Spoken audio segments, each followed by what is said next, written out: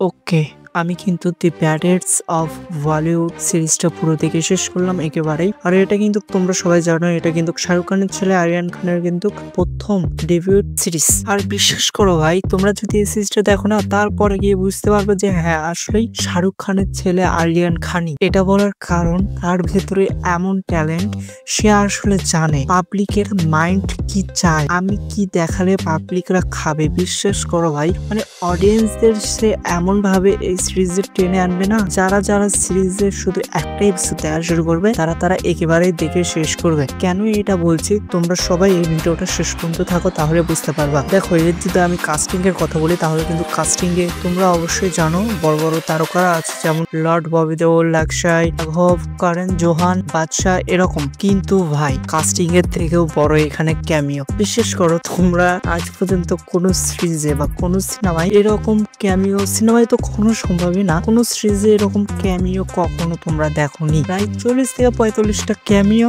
মানে বলিউডের সবাইকে নিয়েছে ভাই, শুধু 2-1 জন বাদ দিয়েছে। এটা কেন হয়েছে এটা আমরা সবাই জানি, কারণ এখানে তো আরিয়ান খানের, যেহেতু শাহরুখ খানের ছেলে, সেহেতু একদিক দিয়ে তার এসব করা কিন্তু অনেক সহজ হয়েছে। তো ভাই, আমি শুধু একটা জিনিস ভাবছি যে আরিয়ান খান যখন এদের কাছে গিয়েছিল, এদের স্ক্রিপ্টটা বলছিল, তখন কি আসলে সে শান্ত মাথায় বলছিল নাকি নার্ভাস হয়ে বলছিল? কারণ স্ক্রিপ্টে এমন এমন জিনিস লিখছে, এমন এমন ডার্ক সিন লিখছে ভাই, মানে তুমি এই সিরিজটা দেখে বুঝতে পারবে যে একটা ফিল্ম তৈরির পিছনে প্রডিউসারের যে হাত, অ্যাক্টররা কি কি স্ট্রাগল করে, প্লাস পলিটিক্সের যে কাহিনী, এসব তোমরা কিন্তু এই সিরিজে দেখতে পারবা। মানে এখানে ফিল্মি জগতের পিছনে কি কি ঘটে থাকে, এই সব কিছু দেখাবে।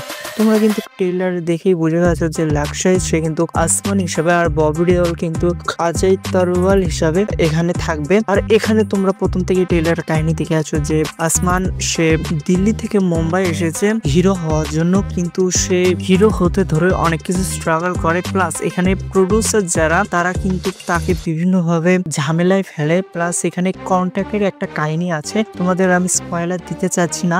তো এখানে বিশ্বাস করো, এত ডার্ক লেভেলের জিনিস দেখানো হয়েছে যেটা আসলে কেউ দেখাতে পারবে না ভাই। এখানে কিন্তু আরিয়ান খানের একটা প্লাস পয়েন্ট। আর এসবের ভেতর কিন্তু অজয় তরওয়ালের নিয়ে নিপোটিজম নিয়ে কিন্তু ফিল্ম ইন্ডাস্ট্রিতে আসে, কিন্তু তার বাবা বড় সেলিব্রিটি হওয়ার কারণে তাকে কি কি ফেস করতে হয়। এরপর গিয়ে অজয় তরওয়াল মানে ববি দেওল দীর্ঘ 15 বছর ধরে ফিল্ম ইন্ডাস্ট্রিতে কিন্তু স্ট্রাগল করে একজন বড় সেলিব্রিটি হয়েছে। তার মেয়েকে প্রথম সিনেমায় তাকে ব্লকবাস্টার আনিয়ে দেওয়ার জন্য কি কি কাণ্ড করে তোমরা সবাই এই সিরিজে দেখতে পারবা।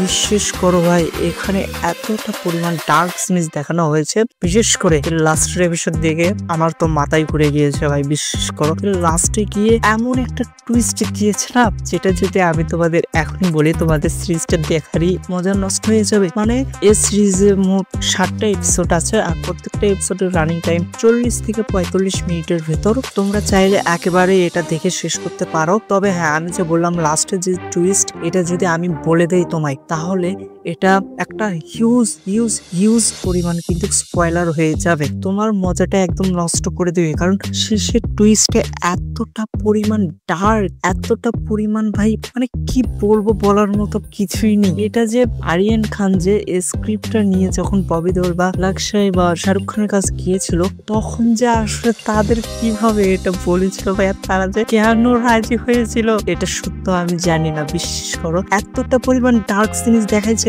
কোনোতে খানতে রাখিনি। আর হ্যাঁ, এটা কিন্তু চাইলে আরিয়ান খান সিনেমা হিসেবে প্রেজেন্ট করতে পারতো, কিন্তু সে এই ভুলটা করেনি। সে নেটফ্লিক্সের সাথে একটা কন্ট্রাক্ট করে কিন্তু এটা সিরিজে এনেছে, আর প্রত্যেকটা জিনিসের ডিটেলস দেখানোর চেষ্টা করেছে। এটা কিন্তু আমার সবথেকে বেশি ভালো লেগেছে। আর এখানে যদি গানের কথা বলি, তাহলে তোমরা বলিউডের কিন্তু সম্পূর্ণ সিনেমা বলো, সিরিজ বলো, হুটহাট করে গান পেয়ে দেয়, এসব কিন্তু জানবাই। কিন্তু আরিয়ান খান এখানে সম্পূর্ণ নেগেটিভ দিক পেয়েছে।